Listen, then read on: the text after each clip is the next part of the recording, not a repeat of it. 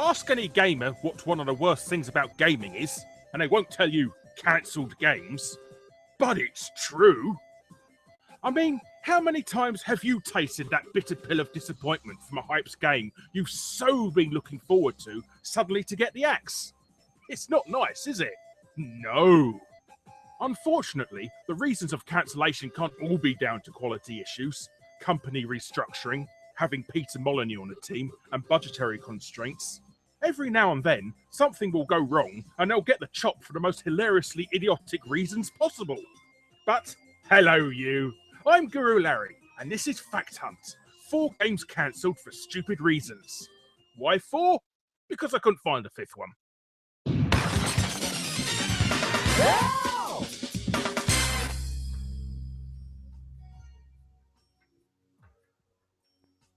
I'm going to be cruel and start with a game that everybody wants, but sadly will probably never get. Time Splitters 4. The series by ex-Rare devs that felt more of a sequel to GoldenEye than even Perfect Dark did. But, be honest, when people talk about Time Splitters, they really mean Time Splitters 2. That frozen dam level at the beginning is almost iconic as a silent cartographer in Halo, Wake Island in Battlefield, and the Area 37 screen on Diablo 3. For those of you who have never heard of Time Splitters before, the series is about a band of warriors throughout history who have to hunt down the mysterious artifacts in each period before an evil race known as the Time Splitters can use it to ruin time quicker than Gray's Sports Almanac on a free Kindle book day. So essentially, Assassin's Creed totally ripped their story off. Yeah. Time Splitters was addictive, even more so with its fantastic 4-player split-screen multiplayer and later on online multiplayer in Future Perfect. It introduced zombie horde mode long before Call of Duty ever did, and the series even lets you play as a shotgun-toting monkey, which makes that the ultimate in awesomeness in anyone's book. But this, unfortunately, is where the story sours. Free Radical Design had a bit of a bumpy road after developing Future Perfect. It didn't sell as well as they initially hoped, and their next title was the abysmal Halo wannabe, Haze. Cue that really old footage of Wes and I fighting an invisible tank. But look at this. How many games do you get to see an invisible Jeep flying past you? Look at that. Lovely. I love that clip. Soon after, they were bought by Crytek and made the multiplayer sections to Crysis 2 and Crysis 3. But in all that time, they always had in the back of their minds, we've got to do it. Let's make a 4th Time Splitters. And for a brief moment, that's what looked like was going to happen.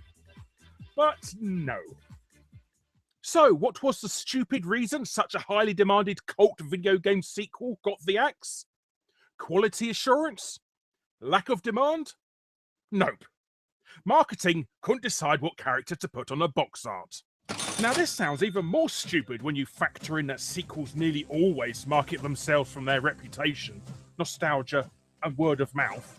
But what Crytek's marketing really meant was, from a series with dozens of characters, not one of them was iconic enough to entice new players into the franchise. Yes, Halo was Master Chief, and Call of Duty as...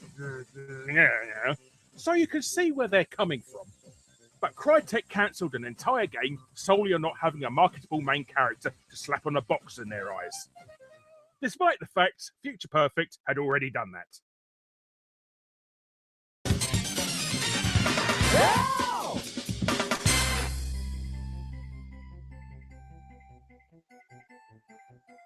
Creepy title aside, many of you have probably never heard of Liquid Kids.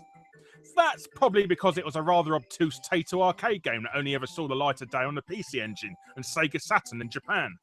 But Liquid Kids stars a kidnapped girlfriend rescuing, water bubble blowing, anthropomorphic platypus, who is incorrectly referred to as a hippo in the game because his name is Hippopo for some reason. And I've just broke my brain describing that. Good old early 90s video game development.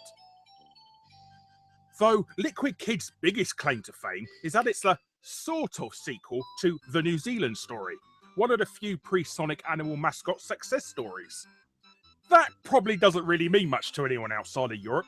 Well, outside the UK and who grew up in the 1980s, come to think of it. But The New Zealand Story was huge here for some reason. Like Super Mario 3 big.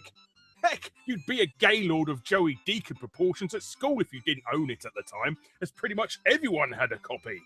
It was on every system imaginable and was even bundled with a couple to boot. Now, the home ports of the New Zealand story were developed by everyone's favourite British licensee, Ocean Software. So when Ocean learned that Taito were working on a sequel not sequel follow-up, they jumped at the chance of nomming that lucrative copyright cake. So they threw their entire French subsidiary into full steam making ports, and a year later we were bestowed the sequential to one of the biggest video games out there. Except that never happened. So what was the stupid reason for the game being cancelled? Well, Ocean France developed and finished the entire game in less than 10 months. And in all that time, not a single person checked to see if they actually secured the rights to make it in the first place. Yep, it's a license without a license. Of course, Ocean could have obtained the license from Taito. After all, they were best buddies, so Taito would have obviously have said yes to the deal. But more lack of communications meant that Ocean France had only developed an Amiga port. And as insane as it was making AAA Amiga games at that time anyway, they not only axed the game, but shut down Ocean France as well. The Amiga port was eventually leaked onto the interwebs in 2003, complete in all its English glory. But it's such a shame it never saw the light of day in the West, as it's a pretty fun platformer. But we can all thank Ocean for counting their eggs before they've hatched. You know, as platypuses lay eggs. Yeah, get it? I'll get my coat.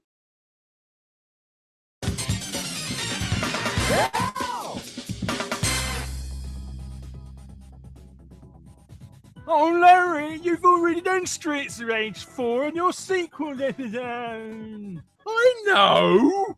But don't worry, I'm not going to bore you with a serious history again. You can watch that video if you want to know all that stuff. Shameless plug intended. But what I'm here to talk about specifically is Sega's own attempt at a fourth game on the Dreamcast. To even Sega themselves having a stab at the sequel for the Dreamcast to no avail. Yeah, that bit. Now, after the complete clusterfudge that was the Saturn, Sega tried a last-ditch attempt to reconnect with its fans again by releasing sequels to a number of its 16-bit titles on the Dreamcast. Sounds like a great plan. But when you see the planned list was Echo the Dolphin, Sonic Adventure, Rent-A-Hero, ToeJam and L3, Shakan the Forever Man 2, and of course, Streets of Rage 4, you can see Sega had dived headfirst into development hell, with only Sonic and Echo coming out completely unscathed. But we're here to talk about Streets of Rage 4 again, and more so, why it was cancelled. Well, Bernie Stolar cancelled it, as he has never heard of Streets of Rage before. I'll let that sink in for a minute. The president of Sega of America, the man who runs the company, actually cancelled the sequel to one of 90's most beloved franchises simply because he had no idea that Sega released 3 previous games in the series. Now, you would have thought having a number 4 at the end of the title would have given away some indication Sega may have had a history of the series. But this is a bozo who put the nail in the Sega Saturn's coffin by uttering the line, "The Saturn is not our future," in an interview 2 years after its release. There's an old saying in business, don't throw up the baby with the bathwater, which essentially means check to see if there's anything successful there before getting rid of everything. But Mr. Stolar has obviously never heard of this saying before, as he threw half the bloody bathroom out with it too.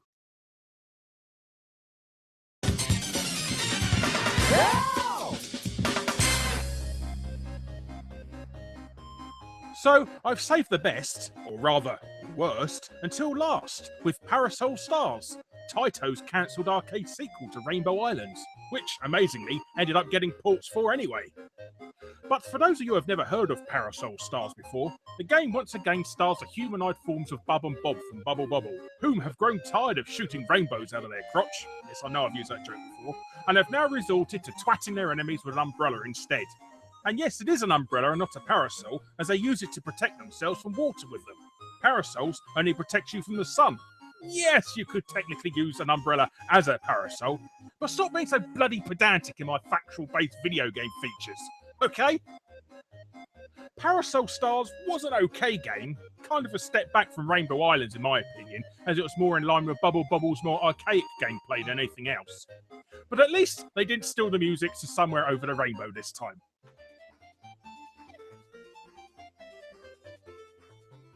No, they stole the Lombarda instead. But this isn't the only theft in this story. No. The Commodore 64 port of Parasol Stars was cancelled due to the developer's computer being nicked in a burglary. Or that's what Ocean Software, the publisher, would have you believe in their story. That's right, they lied to us. I know, right? A publisher telling porkies? That could never happen. But it's a bit of a white lie, really. Well, maybe grey. Now, aside from the TurboGrafx version, all home system ports of the game were once again handled by our old Mancurian chums at Ocean Software. In fact, it was to be their final Commodore 64 game.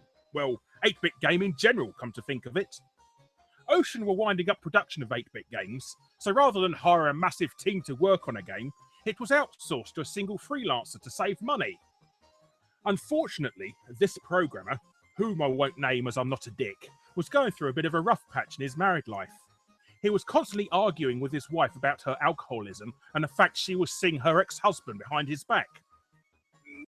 Anyhow, in a spate of drunken rage and leaving him forever, she smashed up all of his work equipment, hardware and data disks, effectively ruining months of his work and completely destroying the game. Now, you're probably asking, why didn't he make backups?